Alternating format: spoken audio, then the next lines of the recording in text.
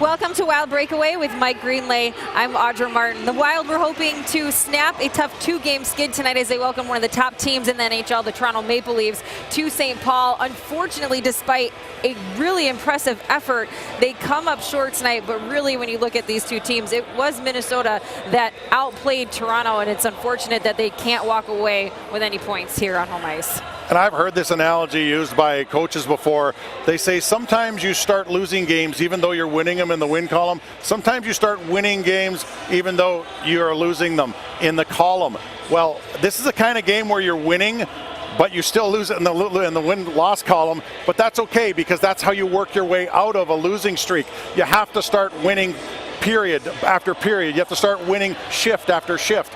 You don't just come out and all of a sudden snap your fingers and start playing great. Well, this game, the Wild were able to outplay Toronto in so many areas. They're able to get the kind of grade A scoring chances that they needed. They had most of their lines, if not all of their lines, rolling. Devin Dubnyk looked a little bit better in this game.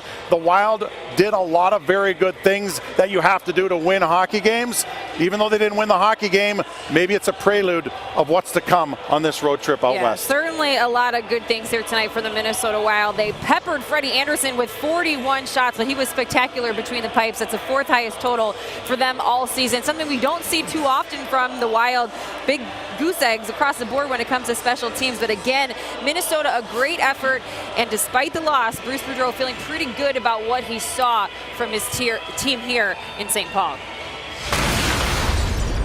It's funny. I mean, the opportunities we missed, and when you're struggling a little bit, that's what happens. You hold the sticks tight, but the effort was there. I thought every line was going, and the team played, really well. So I mean, other than the 2 points, which you would love to have, it's you got to take some positive stuff out of that game.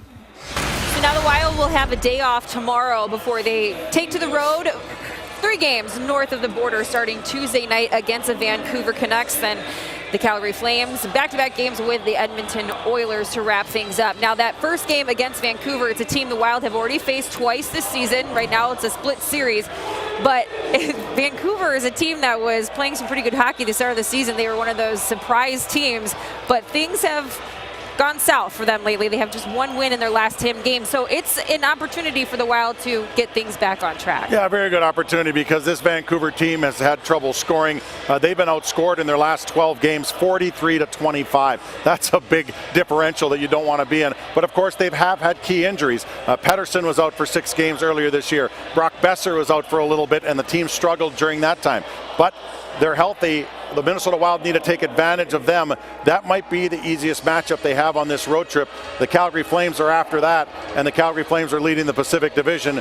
Then they face the Edmonton Oilers, who are right now 3-1-1 with new coach head Ken Hitchcock. So the Minnesota Wild need to take the momentum from this game. Even though it was a loss, they need to take the momentum from getting chances and defending well and doing a lot of things correctly, and push that into that Vancouver game and see if they can get themselves a win and get back in the win column to kind of catapult them for the rest of that road trip. Well, the last time they headed out west, it was a spectacular road trip for Minnesota. So hopefully that is exactly what we will see next week, starting against the Vancouver Canucks. We look forward to seeing you next week for that road trip. Until then, for Mike Greenlay, I'm Audra Martin. Thanks for joining us tonight on Wild Breakaway.